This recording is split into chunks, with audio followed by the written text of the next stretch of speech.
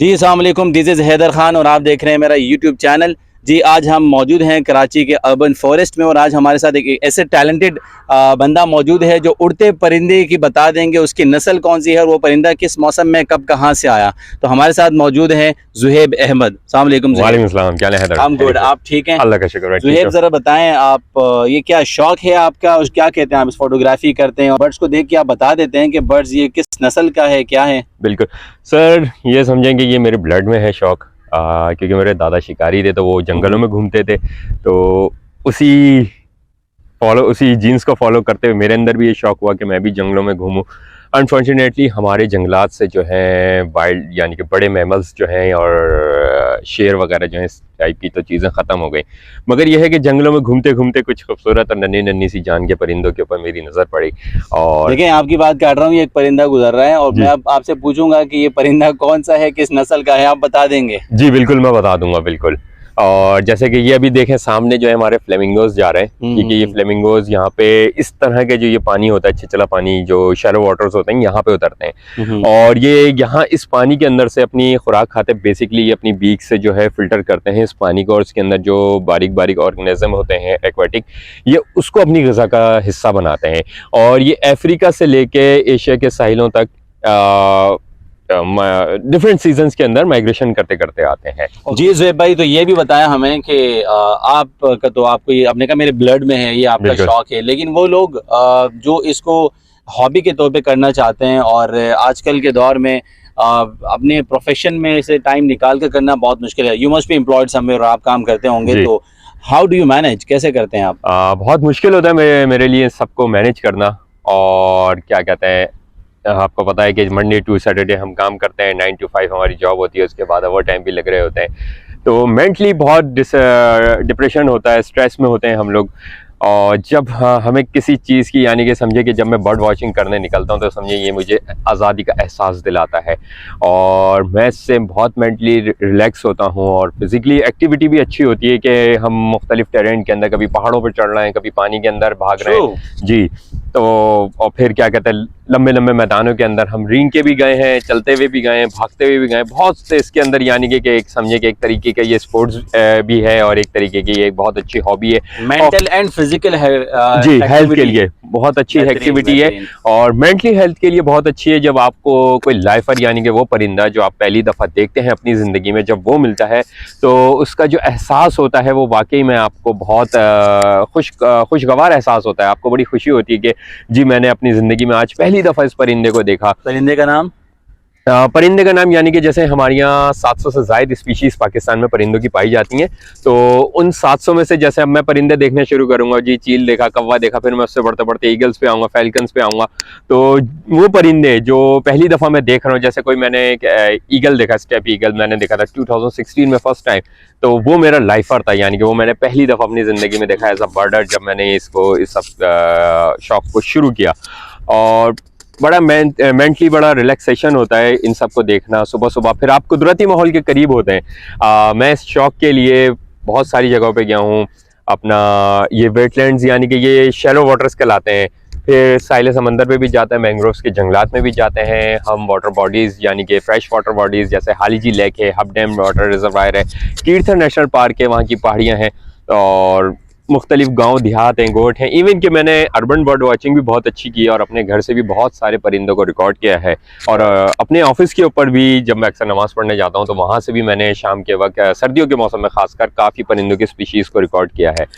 ज़ुहैब भाई आपकी बात काट रहा हूँ, आपने रिकॉर्ड तो कर लिया, उसके बाद क्या करते हैं? बस शौक पूरा हो गया रिकॉर्ड करने के बाद? देखिए बर्डर जो है यानी कि समझिए कि अब तो वो शक्ल कंप्यूटर ने ले लिए। हम एक लिस्ट बनाते हैं, पहले डायरी होती थी, डायरी के अंदर लिखते थे कि जी फला डेट को फला तारीख को हमने ये परिंदा देखा। और ये फिर क्या कहते हैं आगे आने वाले जो रिसर्च होती है, ज़ूलॉजी जैसे यूनिवर्सिटीज़ में ज़ूलॉजी पढ़ाई जाती है, हमारे यहाँ तो खैर इसके ऊपर इतना फोकस है नहीं, ये उनके लिए बड़ी कारगर होती है। क्योंकि मैं आपको बताता चलो इस सब का आगाज़ जो हुआ था वो जब अंग्रेज़ आए थे यहाँ पे ब्रिटिश रूल करने, तो उस वक्त जो उनके ऑफिसर्स थे वो फारिग वक्त में बर्ड वॉचिंग के लिए निकल जाते थे। तो उन्हीं की वजह से आज हम अपने इन परिंदों को आइडेंटिफाई कर पाते हैं। तो ये बहुत एक अच्छा शौक है। और ये बर्ड वॉचिंग जो है यानी कि बर्डर जो है आने वाले मौसम का भी अंदाजा बहुत अच्छे तरीके से लगा सकता है।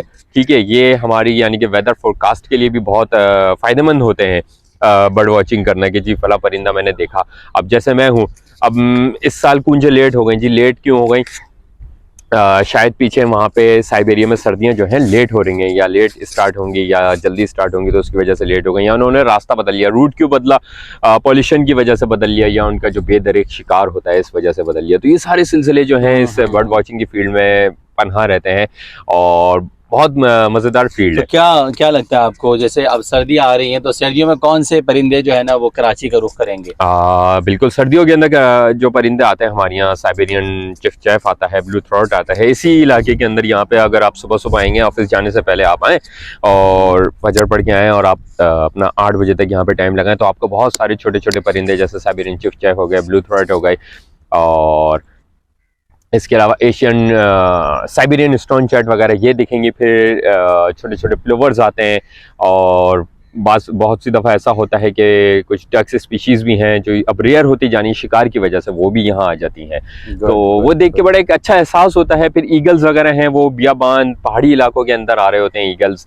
मैं आपको दिखाऊंगा कि ईगल्स। तो आप अपना ये सब रिकॉर्ड करने के बाद आप अपने पास तो रिकॉर्ड करते हैं कंप्यूटर में, और लिस्ट आप बनाते हैं, इसको कहीं अपलोड भी करते हैं? जी बिल्कुल, हमारा मैं अपने यूट्यूब चैनल के ऊपर भी अपलोड करता हूँ, और क्या कहते हैं, ताकि लोगों को इसके बारे में इंफॉर्मेशन पहले मिलती रहे। और हमारे कुछ फेसबुक बेस्ड ग्रुप हैं, बर्ड्स ऑफ पाकिस्तान और बर्ड्स ऑफ सिंध, तो वहाँ पे भी तस्वीरें पोस्ट करते रहते हैं। फिर एक इंटरनेशनल फोरम है ई बर्ड के नाम से। ई बर्ड के ऊपर यानी कि आप जो बर्ड वॉचर हैं पूरी दुनिया से वहाँ पे डेटा पुट कर रहे होते हैं, यानी कि वहाँ पे इनपुट कर रहे होते हैं, डाल रहे होते हैं। बिल्कुल, तो उससे हमें ये भी अंदाज़ा होता है, बहुत वो हमारे लिए हेल्पफुल होता है कि हम परिंदे की नाम लिखते हैं तो हमारे सामने उसका प्रोफाइल आ जाता है कि कहाँ कहाँ पाया जाता है। एक दिन मैं अपने बच्चों को लेके एक कराची जू में गया हुआ था, तो वहाँ पे मैंने देखा कि सामने श्राइक बैठा हुआ है। श्राइक तो बेसिकली रूरल एरियाज जो होते हैं, गांव देहात का परिंदा है।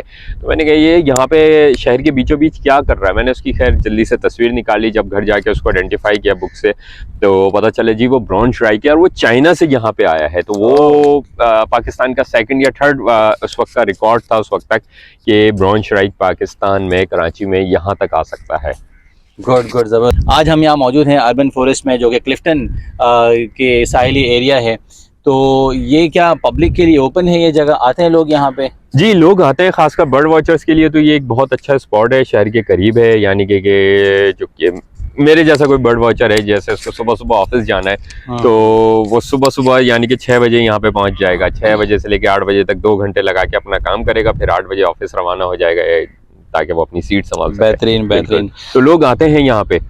बिल्कुल। तो ज़ेब भाई, कोई मैसेज देना चाहेंगे उन लोगों को जो आपकी तरह इसका शौक रखते हैं, उन लोगों को, और वो लोग जो हमारी वीडियो देख रहे हैं उसको अपनी मेंटल हेल्थ के लिए भी, और क्योंकि फिजिकल एक्टिविटीज़ हमारी इतनी है नहीं और हम सारा दिन काम करके एग्जॉस्ट हो जाते हैं। बिल्कुल। तो इससे किस तरीके से जो है ना वो फ़ायदा ले सकते हैं इस हॉबी के? बिल्कुल, मैं ज़्यादा से ज़्यादा लोगों को इंकरेज करता हूँ कि जो नए आने वाले हैं, न्यू कमर्स हैं, इस हॉबी के अंदर आएँ, इसको ज्वाइन करें। ठीक है, और वो लोग जो बंद कमरों में बैठे रहते हैं हमारी एक टाइम है कि बंद कमरों में बैठे हुए हैं, उन लोगों के लिए ख़ास पैगाम है कि आप अपने लिए वक्त निकालें, थोड़ा सा टाइम निकालें, कुछ ज़्यादा नहीं, एक बाइनोकुलर्स ले लें, एक डायरी ले लें, और आहिस्ता आहिस्ता यानी कि इस फील्ड की तरफ आएँ। पहले छोटे छोटे परिंदों को देखना शुरू करें, नॉर्मल जैसे हमारी चील कव्वे होते हैं इनको देखें, और फिर फर्दर बढ़ते बढ़ते आप क्या कहते हैं, जाहिर सी बात है ये छोटे छोटे स्टेप्स हैं, फिर आप बढ़ते चले जाएंगे। तो आपकी एक मेंटल हेल्थ जो है वो बहुत ग्रूम होगी, और क्या कहते हैं आपको फिजिकल एक्टिविटी भी मिलेगी, और कुदरती माहौल से आप करीब तर होंगे। ये थे ज़ुहैब अहमद, जो कि बर्ड वॉचर हैं, और ये शौक तो रखते हैं, लेकिन देखने वालों को ये कहते हैं कि आप इसको अपनी हॉबी बनाएं। और कराची में अगर आप रहते हैं तो आपके पास ये एक ज़बरदस्त स्पॉट है, आप ज़रूर आएँ। कुछ अपने आप को फ्रेश रखने के लिए, दिमागी और सेहत के तौर पर अपने आप को फ्रेश रखने के लिए आप ज़रूर इस हॉबी को भी आप जो है ना अपनी ज़िंदगियों में ज़रूर लेकर आएँ। तो thank you so much for your time. आज बहुत अच्छा लगा इस स्पॉट पे आके और आपसे मिलके। Thank you so much for your time. शुक्रिया। Thank you.